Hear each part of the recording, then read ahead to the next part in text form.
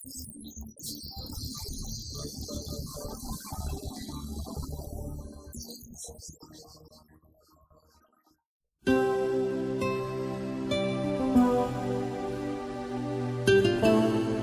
Bravo and Fernanda Planas, Catholic.net also, okay? Yeah. Okay, Anna.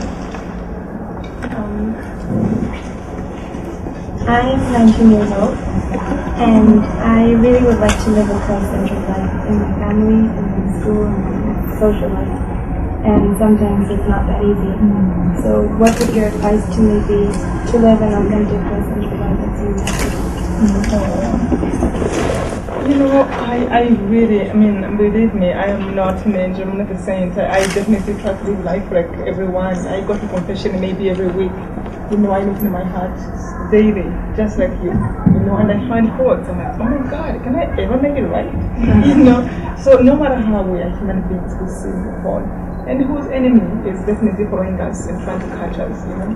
But again, there's nothing as strong in my life I've seen that really put me in a place where I know there is God there and praying the rosary daily. To listen to a mother, what she said here, especially when you hear those approved apparitions where Our Lady in Fatima said, say the rosary daily, it will bring you peace. Just do it. If you can't do it in the morning, you have to rush to go to school or you go to do something and you wake up at 6, you have to shower, get up at 5:30 and you have 30 minutes to do it. But if you can make an effort to listen to a mother already, everything will be fine. Every single thing will be fine. You pray for school, you pray for the people you meet, your friends, but especially go in your room and go on your knees, take the Bible, say the rosary, and ask Jesus, why did you go through that? The answer is one, because I love you, because I cared for you, because I wanted you to come to me when you had a problem. I lived your life. If God wanted, He could have saved us in a second, by a word. But He didn't. He saved us by His action. He came to live with us 33 years. So the rosary put us in that mood, that role. Okay, Jesus did this, and Our Lady was there. They suffered too. So if I'm suffering, it is not the end of the world. Let me just keep on. His consolation, Our Lady's consolation, will be with you forever. Thank you. Dale, tú, ¿quieres traducción? Okay. The year that you were hidden in order to survive, I was born. And I feel I'm part of a new generation of change. Which path do you suggest I follow and share in order to build a better world and not permit hopelessness to take over? Oh, I'm so shocked and so happy. As a young person, this is a big thing. You know, I am glad you can definitely connect to the genocide of Rwanda. As you know, what really killed our country is hatred, is resentment people had, is jealousy, those things.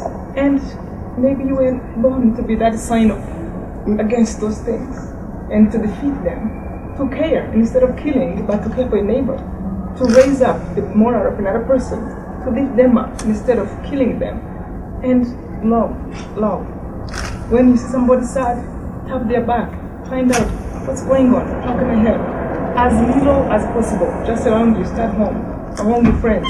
If somebody looks different from what we normally would love to be around, just make an effort to really see Christ in them. Look in their eyes and know that in each one there is Jesus living. And if somebody does wrong, force yourself to forgive them. Because we meet some temptations. People hurt us badly.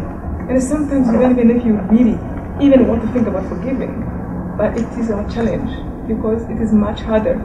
The consequences of not forgiving are not so much bigger than being able to let God to forgive. So look at me. We are here together. I struggle to forgive, and maybe God wants you to raise people in forgiving more. So nice meeting you, and I'm proud of you.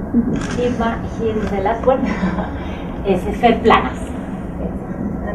Well, how have you reacted throughout your life towards people that take lightly or make fun of your beliefs and your ideas?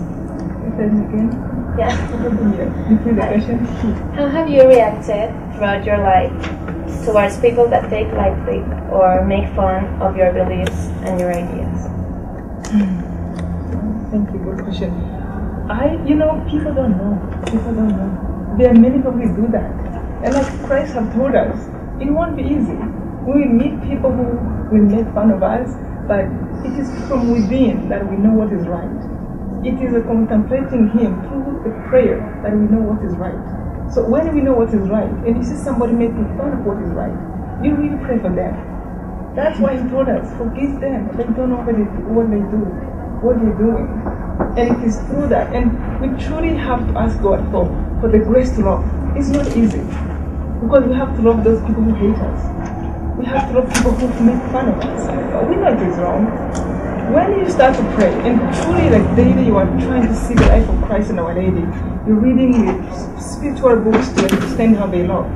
And try to make fun of somebody and see how it feels like in your heart. You go home and you bed, I'm like, oh, I can't believe I made fun of that person. I can't believe I did that. It's bad, it's nasty. And the people who do it, they don't know. And no matter what, I always say, the truth and wrong are almost like it's like oil and water. You try to mix them or leave the wrong or leave bad and loving things. No matter how you give them to make them together as oil and water, they don't mix. After time, truth will come. Water will separate from water. The same, we do wrong because God has created us in His image. But when we do wrong, what is not loving, sooner or later, we do regret it. But we can never regret to love, to care, to do good for somebody, to uplift another person, or to just give them their chance to grow, not to make fun of them. If they're not doing what is right, you never know where God is going to catch them, where God is going to save them. Just to see them and say, God, I will pray for you. This is my chance to pray for somebody. Thank you, Maggie.